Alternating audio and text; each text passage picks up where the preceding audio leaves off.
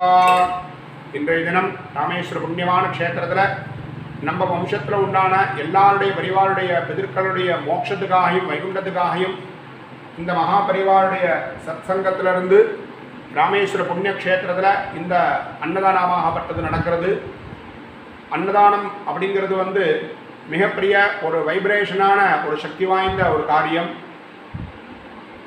கயாயாம் ஏகலட்சந்தோ வாரணாசியாம் த்விலக்ஷகம் பிரயாகே சப்தலட்சந்தோ ஸ்ரீசேஷோ கிராசமாதிருதா அப்படின்னு ஒரு புண்ணியமான ஒரு ஸ்லோகம்.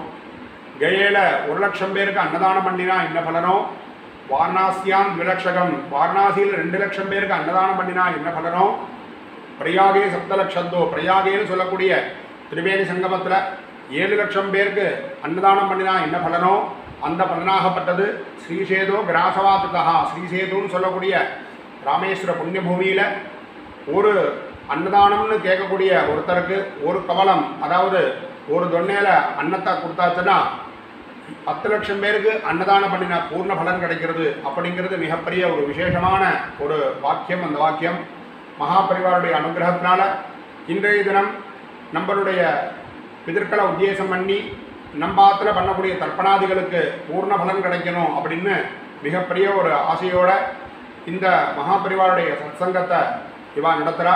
இவா மூலியமாக இன்றைக்கி நீங்கள் நிறையா அன்னதானங்கள்லாம் ராமேஸ்வர பூமியில் கொடுக்கப்படுறது. நம்மளுடைய பெரியவா எல்லாரும் மோட்சம் அடைஞ்சு வைகுண்டத்தை அடைஞ்சு எல்லாத்தையும் சொர்க்கத்தை அடைவா.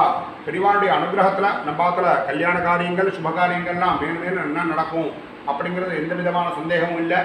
இப்போது அன்னதானங்கள் நடக்க போகிறது. உங்களுடைய பேர் நட்சத்திரம் கோத்திரங்கள்லாம் சொல்லி இந்த சங்கல்பாதைகள்லாம் இப்போ பண்ணிக்க போகிறோம். அதுக்கப்புறமா இந்த அன்னதானத்தையும் பண்ண போகிறோம். பரிவாருடைய அனுகிரகத்தில் நீங்கள் எல்லாரும் சர்வக்ஷேமமாக இருக்கணும்னு சுவாமிகிட்ட பிரார்த்தனை பண்ணிக்கிறேன். நம சிவாய்.